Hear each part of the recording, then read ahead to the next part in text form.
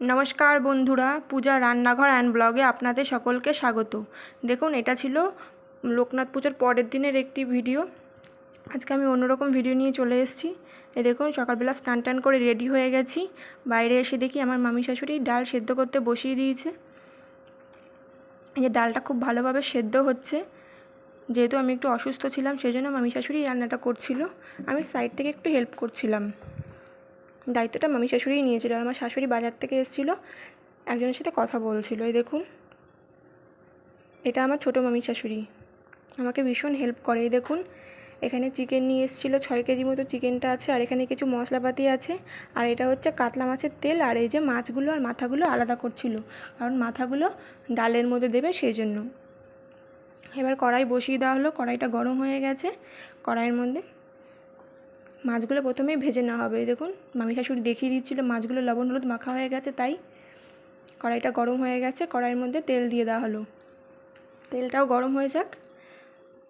দেখুন, তেলটাও কিন্তু গরম হয়ে গেছে। এবার আমি যেটা করি, সবসময় কড়াইয়ের মধ্যে তেল দিলে একটু লবণ দিয়ে দিই, যাতে কোনো কিছু রান্না করলে সেটা লেগে না যায়। মাছ দিলে আপনারাও এইভাবে করবেন, লবণ দিয়ে দেবেন, দেখবেন কখনও কড়াইয়ের সাথে মাছটা লেগে যাবে না। দেখুন, এবার একে একে মাছগুলো সব দিয়ে দেবে তেলের ভিতরে। দেখুন, মাছগুলো দিয়ে দিচ্ছি। যেহেতু কড়াইটা অনেকটা বড়, হাত দিলে হাতে গরম তেল লেগে যেতে পারে, সেই জন্য খুন্তি দিয়ে দিচ্ছে। দেখুন, মাছগুলো দেওয়া হয়ে গেছে। মাছগুলো লাল লাল করে ভেজে নেওয়া হবে। যেহেতু আমাদের বাড়িতে মাছ যদি কেউ কম ভাজে, তাহলে কেউ খেতে চায় না, সেই জন্য মাছগুলো কড়া করে ভেজে নিয়েছে। আর একবার দিয়ে দিয়েছি মাছ। এবার এগুলোও ভাজা হয়ে যাক। দেখুন, এগুলো ভাজা হচ্ছে, খুব ভালোভাবে ভাজা হয়ে যাচ্ছে। দেখুন, এতগুলো মাছ ভাজা হয়েছে, আরও কড়াইতে ভাজা হচ্ছে। মাথাগুলো ভালো করে ভেজে নেওয়া হচ্ছে। দেখুন, সবগুলো তুলে নেওয়া হলো। এবার কড়াইয়ের ভিতরে যে তেলটা ছিল মাছের, তার ভিতরেই জিরে, শুকনো লঙ্কা, তেজপাতা ফোড়ন দেওয়া হলো। আর এবার দেওয়া হলো আদা বাটা। আদা বাটাটা একটু কষিয়ে নেব। কষিয়ে এর ভিতরে মাছের মাথাগুলো যেটা রেখেছিলো সেটা দিয়ে দেওয়া হবে।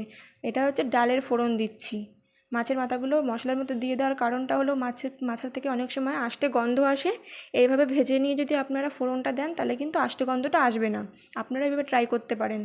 দেখুন, ভাজা হয়ে গেছে।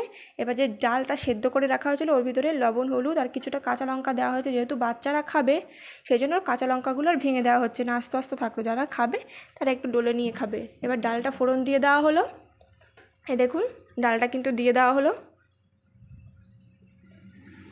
আর এই রান্নাটা আমার মামি শাশুড়ি করছিল, আর একবার বলে দিলাম। এবার দিয়ে দেওয়া হলো পরিমাণ মতো ঘি। এবার ডালটা ফুটে উঠলেই নামিয়ে নেওয়া হবে। দেখুন, ডালটা কিন্তু নামিয়ে নেওয়া হয়েছে। খুব সুন্দর কালার এসেছিল, আর খেতেও কিন্তু খুব সুন্দর হয়েছিল। এবার আবার কড়াইটা বসিয়ে দেওয়া হলো। এবার এর ভিতরে তেল দিয়ে দেওয়া হলো। তেলের মধ্যে শুকনো লঙ্কা, তেজপাতা ফোড়ন দেওয়া হলো। এবার এর মধ্যে জিরে, কিছুটা পরিমাণে গোটা জিরে দেবো ফোড়নে।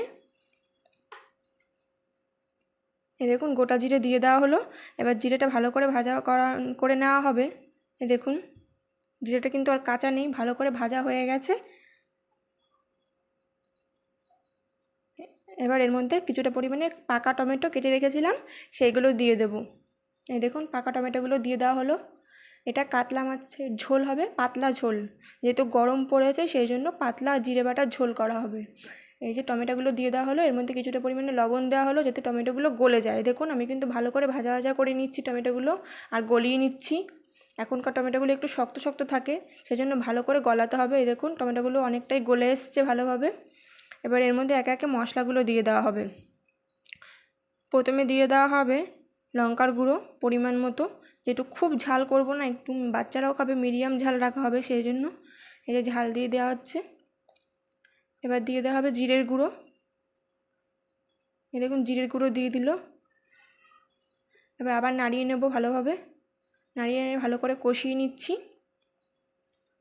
দেখুন, এবার দিয়ে দেওয়া হবে বেটে রাখা আদা। আপনারাও কিন্তু গরমে এরকম পাতলা মাছের ঝোল করে খেতে পারেন, দেখবেন খুব ভালো লাগে।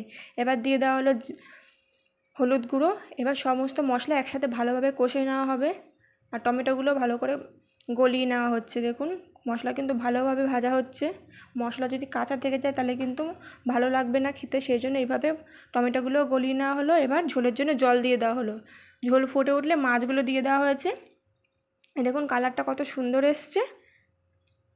এবার আমি ঘরে চলে এসেছি। যারা চিকেন খাবে না তাদের জন্য পাবদা মাছের ঝাল করা হবে পোস্ত দিয়ে। সেই জন্য প্রথমেই কড়াইতে সর্ষের তেল দিয়ে দিয়েছি। এর মধ্যে কিছুটা পরিমাণে কালো জিরে ফোড়ন দিয়ে দিয়েছি, আর কিছুটা পরিমাণে কাঁচা লঙ্কা দিয়ে দিয়েছি। আজকের এই রান্নাটা হবে পুরো কাঁচা লঙ্কা দিয়ে। কাঁচা লঙ্কাগুলো সব চিড়ে নেওয়া আছে, ভালো করে ভেজে নিচ্ছি কাঁচা লঙ্কাগুলো। সাবধানে ভাজতে হবে, কাঁচা লঙ্কা যদি তেলে পড়ে তখন খুব ফোটে, সেই জন্য আমি এগুলো চিড়ে দিয়েছি। ভালো করে ভেজে নেওয়া হলো। এবার কিছুটা পরিমাণে সাদা সর্ষে আর কালো সর্ষে বেটে রেখেছিলাম, সেটা ছেঁকে নিয়েছি, যাতে এই ছাবড়াগুলো তো অনেক সময় পেটটা ভার করে, সেই জন্য ছাবড়াগুলো আমি ফেলে দিয়েছি। শুধু সর্ষে বাটার যে জলটা সেটা ছেঁকে দিয়ে নিয়েছি। এবার এর মধ্যে কিছুটা পরিমাণে লবণ দিয়ে দিলাম। আমি কিন্তু সর্ষেটা বেশি ভাজবো না, সর্ষেটা বেশি ভাজলে তিতো লাগে। এবার দিয়ে দিচ্ছি হলুদ। এই দেখুন হলুদ দিয়ে দেওয়া হয়েছে। এবার ঝোলের জন্য জল দিয়ে দিয়েছি। জলটা ভালো করে ফুটিয়ে নেব। এই দেখুন জলটা কি সুন্দর ভালো করে ফুটে গেছে, লঙ্কাগুলো সেদ্ধ হয়ে গেছে। আমি এবার কাঁচা লঙ্কাগুলো কিছুটা ভেঙে দেবো, কিছুটা আস্তে আস্তে রাখবো। এবার বেটে রাখা পোস্ত দিয়ে দেবো। এই দেখুন ঝোল ফুটে গেছে। এবার পাবদা মাছগুলো দিয়ে দেওয়া হয়েছে ঝোলের মধ্যে। এবার নামানোর আগে দিয়ে কিছুটা কাঁচা সর্ষের তেল দিয়ে দেবো। আপনারা এইভাবে একবার করে দেখবেন, খুব ভালো লাগে খেতে। আমি সবসময় এইভাবে করি পাবদা মাছ, এভাবে এতটাই ভালো লাগে যে অন্যভাবে আর করি না। এই দেখুন আমার ঝোলটা কিন্তু একদম হয়ে গেছে। এবার আমি এটা নামিয়ে নেব। দেখুন কালারটা কত সুন্দর এসছে। এই দেখুন আমার কিন্তু হয়ে গেছে নামানো। তার মাঝখানে চিকেনটাও রান্না হয়েছে, তখন আমি একটু অসুস্থ হয়ে পড়েছিলাম, সেই জন্য সেই চিকেনের ভিডিওটা আর করতে পারিনি। এবার অনেক পরে এটা 4টের সময় আমি খেতে বসছি। সবার খাওয়া হয়ে গেছিলো বাড়ির ছেলেদের। এই যে আমার 3 মামি শাশুড়ি, আমি, আমার হাজব্যান্ড আর আমার একটা যা আর মাসি শাশুড়ি, এরা আমরা কজন মিলে খেতে বসছিলাম। আর যাদের খাওয়া হয়ে গেছিলো তারা খেতে দিচ্ছিল। যেহেতু আমি একটু অসুস্থ ছিলাম তাই মামি শাশুড়িরা খায়নি। এই যে মামা শ্বশুর খেতে দিচ্ছিল আর হাসছিল, দেখুন কিভাবে পোজ দিচ্ছে। আর আমার ননদ, এই যে আমার মামা শ্বশুরের মেয়ে, এরা খেতে দিচ্ছিল আমাদেরকে। আর এই যে আমি হাসছি, ভিডিও করছিল সেই জন্য। এই দেখুন আমার ননদরা কিন্তু খেতে দিচ্ছে। আজকের জন্য আসি বন্ধুরা। আপনাদের যদি ভালো লাগে তাহলে লাইক কমেন্ট করবেন, আর অন্যকে দেখার জন্য শেয়ার করে দেবেন। দেখুন যারা চাটনি খায়নি, আমিও চাটনি খাইনি, একজন খাচ্ছিল তার পাতে আপনাদের দেখিয়ে দিলাম, চাটনিও ছিল সঙ্গে, মিষ্টিও ছিল। আমি এগুলো খাইনি। Tata, bye bye.